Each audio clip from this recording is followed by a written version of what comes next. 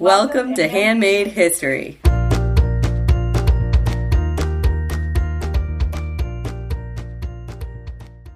Hello and welcome to the podcast. I'm Alicia. I'm Sonia. And today we are talking about the Silk Road. Not to be confused with Silk Road, the marketplace. I came across an article about two ancient cities that have been discovered using LiDAR technology, which basically lets you see underground without digging. And these cities were along the Silk Road. So I thought the article was very interesting and it got me curious about the Silk Road. Did you ever learn about the Silk Road in school, Sonia? Definitely. I remember from global history classes. No, I don't remember. I mean, I'm sure I learned about it, but I didn't remember anything. So. I didn't remember much about it, but I do remember learning about it. It was a thing. Yeah. So we'll talk about those two cities in that article that I read about later. But yeah. Sonia, take it away. Let's get started. So because this is a large topic, we are going to do an overview. So here are a few fun facts that you can pull out at your next cocktail party. So the Silk Road was not a single road. It was actually a network of routes. The Silk Roads were not necessarily roads. Some of these routes were, in fact, rivers. The first use of the term Silk Road was by a German geographer in 1877, and in German it's Die Seidenstraße. And these routes crisscrossed 14 modern countries, and several of the routes are UNESCO World Heritage Sites today. Yes. And here's a quote from researcher Helen Wang. The abstract concept of the Silk Road linking East and West shapes many popular narrative histories, encouraging readers to think dreamily of dazzling silks carried as luxury trade items on the backs of camels over sun-scorched sand dunes. And this is exactly how I think of it. Sonia, how about you? Yeah, I guess I never thought about rivers, for sure. I didn't know about the rivers either. Yeah. I also think of Marco Polo. Yeah. I forgot about him, honestly. But yeah, I guess I just think of kind of similar imagery to pioneers moving out west in the United States. Yeah. Interesting. All right, so to counter this image, researcher Eric Trombert writes, the trade between China and the West cannot be summed up in a wide and steady stream of silk fabrics flowing from east to west in one way only in order to satisfy the needs of Westerners who are supposed to be fascinated by this marvelous product. The reality was much more complex. And he also said, besides cotton, many other goods were circulating in both directions. So, surprised to me that cotton was even involved with the Silk Road. Yeah. So what was the Silk Road? It was a network of trade routes that covered over 4,000 miles. It connected countries in the east, like China, to countries in the west, like Greece and Italy, via Central Asia, which includes Uzbekistan, Pakistan, Afghanistan, and others, as well as Iran, Iraq, and other countries. Silk was traded from the east to the west, but lots of other textiles and goods were traded as well in a complex bartering system. The main forms of currency used on the Silk Road were coins and silk, and it was active for more than 1,000 years. Yes, huge, long history. So how did the Silk Roads begin? In 139 BCE, Emperor Wudi of the Han Dynasty of China sent General Zhang Qian on a diplomatic mission to the Yuezhi people. These were a Central Asian group, and Emperor Wudi wished to form an alliance with them against the Xiongnu people, a formidable nomadic enemy of the Chinese. Zhang Qian was captured by the Xiongnu and held prisoner for 10 years, and he returned to China 13 years after he left. And the emperor was very happy with his reports, so he must have done some exploring after he was imprisoned. And the emperor sent out Zhang Qian again 7 years later on another diplomatic mission to another Indo-European group, the Wusun. Zhang Qian also sent assistance to Uzbekistan, Afghanistan, and India. And this opened up trade between China and Central Asia. And trade and more Silk Roads spread from there. And at this time, Europe was united under Roman rule, and the Roman Empire stretched quite far to the east. So why silk? Silk had an important dual role on the Silk Road. First, it was a commodity that was, for a while, exclusively exported from China to Central Asia and Europe. And second, it served as a form of currency along the Silk Road. So let's talk about silk in China some more. Chinese tradition says that silk was invented in 2700 BCE, and first complete silk garments were found from the 300s and 200s BCE. As in other super old textiles we've mentioned in earlier episodes, these examples are beautiful and intricate, which implies a very old tradition. Silk is produced using silkworms, but this information, as well as how to care for the silkworms and extract silk fibers from them, was closely guarded information. It was a Chinese state secret for 3,000 years, and you could be executed for sharing the secret with foreigners. Yes. And in the West, Europeans believed that silk came from the land of Ceres, an imaginary Eastern country. They thought that it grew on trees. And the care of silkworms and harvesting of silk threads is actually called sericulture. And in fact, silkworms do need white mulberry trees, which only grow in certain places. So China lost its monopoly on sericulture around 250 CE. People in countries near the Eastern Mediterranean, like modern-day Jordan, Lebanon, and Syria, all made their own silk using raw silk or threads from China. Silk weaving also spread to Central Asia, and sericulture eventually made its way to the West via the Byzantine Empire. So the Byzantine Empire was the Roman Empire that I mentioned. It was this huge stretch of Italy and went all the way to include Greece, Bulgaria, Macedonia. So Justinian I ruled the Byzantine Empire from 527 to 565, and he convinced two Persian monks who lived in China to sneak out silkworms in their bamboo canes. And these silkworms were the ancestors of all silkworms that produced silk in the West until the 1800s. However, despite the spread of all this knowledge, the cost to produce silk and the special conditions needed for successful sericulture remained a deterrent to many countries, and China continued to be a huge producer and exporter of silk. Silk was also used as currency in China and along the Silk Road. It is an interesting multifunctional currency because it could be traded and used as payment, and it could also be used to make clothing. So at any point, someone being paid in silk could take the silk out of circulation and use it to make something that they needed. However, it really was used as payment. For example, silk that was made to certain specifications, for example, 19 inches across, could be used to pay taxes in China. Silk was used as the money on the ground, even when accounting was done in other currencies. For example, in 745 CE, payment to a local official named Li Jingyu was recorded. The accounting report included a conversion for how much Li Jingyu should be paid in grain, coins, and silk. He was actually given 83 bolts, 19 feet, and 1 inch of silk as his payment. The amount of money he was owed would have weighed 160 kilograms or 352 pounds. This is a quote from researcher Eric Tromper. Although coins were the main unit of account, the money in circulation was very often a bolt of silk. And from a quote from Helen Wang, textiles and coins were the two main forms of money on the Silk Road. Yes, I thought this was really interesting to think about because silk is like dollar bills, but you could sew them. Yeah. Wouldn't that be so great if we could just use our dollar bills to make stuff? Yeah, that would be fun. So, is Silk Road a misnomer? Other textiles and many other things, period, were traded along the Silk Roads. In addition to silk traded from China to Central Asia and Europe, cotton was traded between India and Europe. Silk and cotton were traded between China and India, and both silk and cotton were produced by maybe the 300s and 400s CE in India and China. Central Asia also produced silk. Central Asia also produced paper using Chinese technology, which they modified using cotton fibers instead of silk thread. And I found an example of someone taking a loan out in raw silk that they would then pay back in raw silk with the interest paid in fine cotton. So, could have been called the textile road, the cotton road. Regardless of what you call it, these overland and river routes had a huge impact on the East, the West, and Central Asia.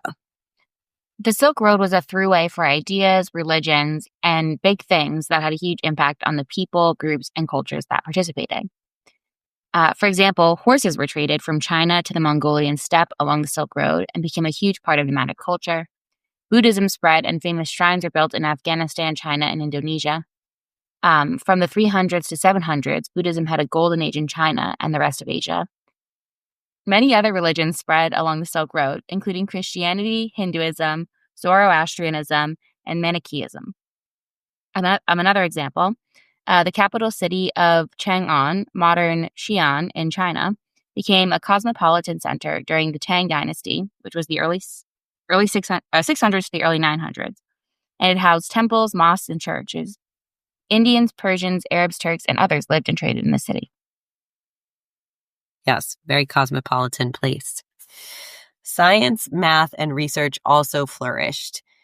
From the 800s to the 1400s, many of the fathers of various studies grew up, studied, and shared ideas in cities along the Silk Road. For example, Al-Khwarizmi, the father of algebra, was a Muslim who lived in Baghdad, the capital of modern Iraq, in the late 700s and early 800s. Al-Farghani, a famous astronomer, lived in the mid-800s in Central Asia, probably Baghdad as well, and wrote an updated book of Ptolemy's principles that became the basis of all astronomical study in the West. Al-Biruni, also Muslim, the father of comparative religion, as well as a mathematician, lived in the late 900s and early 1000s of what is now Uzbekistan and Afghanistan, and wrote 146 books, many of which he helpfully indexed. And Ibn Sina, also known as Avicenna, the father of early modern medicine, was a Persian Muslim who lived at roughly the same time as al-Biruni in modern Uzbekistan and Iraq and wrote over 240 books. So why did all of these intellectuals flourish in this time at this place? So obviously the answer is complex, but something popped in my mind from the study of permaculture, which is a way of designing environments to maximize natural resources and minimize work. And in permaculture, there's this idea that you should create edges in your environment because edges promote variety and growth. So for a super simple example, in the middle of your yard, which is full of grass, you have grass. But along the edges of your yard, where it meets a sidewalk, you might get a bunch of different kinds of weeds. And I thought that this was kind of an interesting metaphor for the Silk Road. One way to imagine the Silk Road is as a bunch of very long edges, and it promoted variety. So people living in this time and in these places were exposed to a ton of different ideas, which they could study, expand upon, modify, and update. It was also a time of flourishing trade and economic prosperity for towns along the Silk Road. So rulers had time and resource to study or patronize polymaths like the men we mentioned above. And many of these rulers also collected books and created amazing libraries. Another legacy of the Silk Road is that caravanserais were created. Caravanserais were places for caravans of traders to stop and shelter for the night. They were big walled enclosures, kind of like an open-air lodge or hotel. A huge network of them were built over the years, from China to Turkey to North Africa to Russia and Eastern Europe. And some were built as early as 900 and continued through the 1800s, and many still stand today. Yes. And lots of new towns and cities also sprung up along the Silk Road. So many were in grassy plains near water and relied on a combination of agriculture and trade. But the two that I found in that article I mentioned at the top of the episode were at very high elevation and were remarkable because they had no farming at all. They just were supported really largely by the Silk Road. And as I mentioned, these two cities were found using LiDAR technology, and they were in the mountains of Uzbekistan. They were called Tugun Bulak and Tash Bulak. And it's really hard to find large communities at high elevation. And these cities were probably originally built because of ore deposits, and the structures were used for defense, but they relied on pastured animals and on imports for food. So Tugun Bulak was 1.2 kilometers squared. It had 300 structures, and it may have supported 5,000 inhabitants. Tush Bulak was just 0.15 square kilometers. It had 98 dwellings, and its layout matched urban planning of other Central Asian cities. There was a central citadel, including a mound and walled fortifications. And there were also foundries found in these cities and furnaces to create steel. So it's likely that they made weapons here and farming tools, as well as equestrian tackle, and used these to trade for what they needed.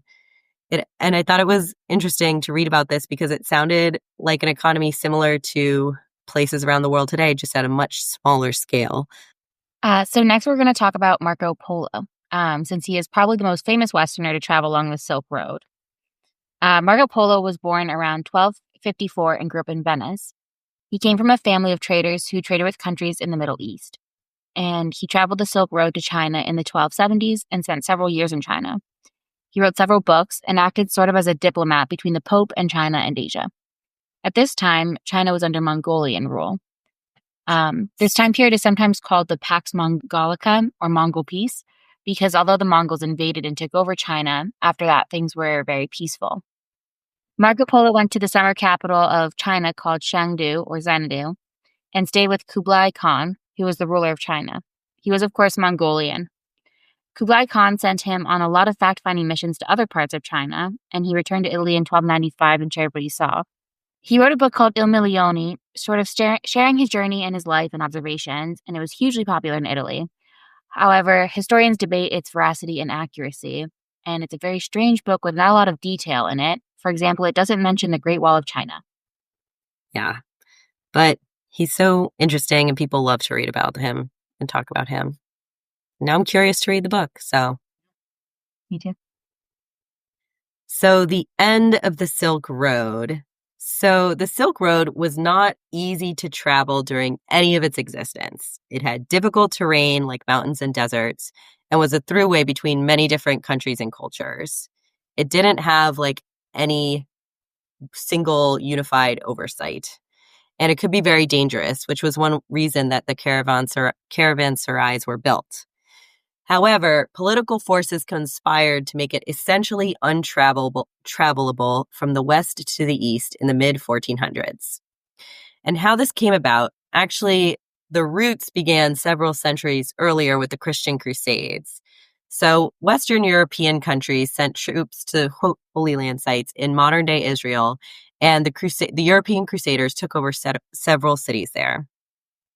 They also spread out and took over other cities on the eastern side of the Mediterranean, in Lebanon, for example. But then Muslim forces fought back and eventually drove the Christians out. And this took place over a couple of hundred years. Finally, in 1453, Turkish armies captured Constantinople, which is modern-day Istanbul. And Istanbul and Turkey are really a bridge between Eastern Europe and Asia. Once Istanbul was reclaimed, Europeans were no longer welcome there, and they were essentially blocked from getting to Asia on land.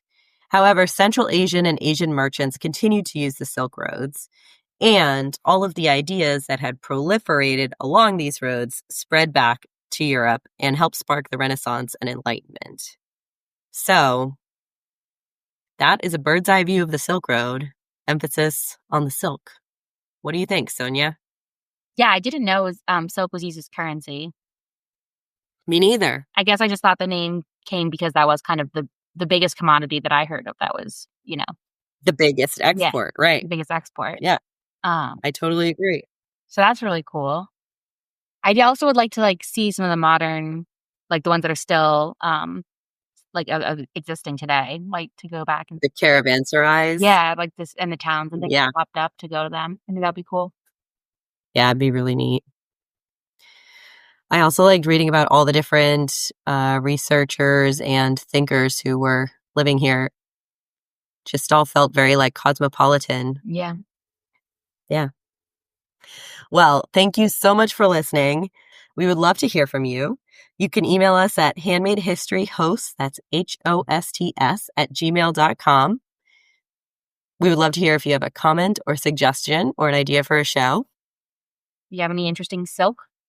If you know how many pounds of silk you have? Yeah, if you have any silk, we would love to hear about it.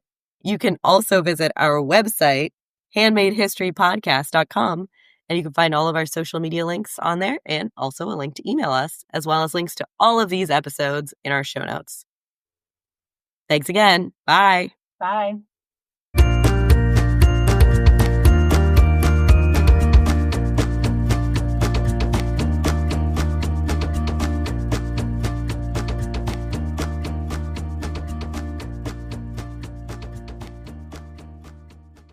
So how the Silk Routes began, Silk Road, God, who wrote this? Okay.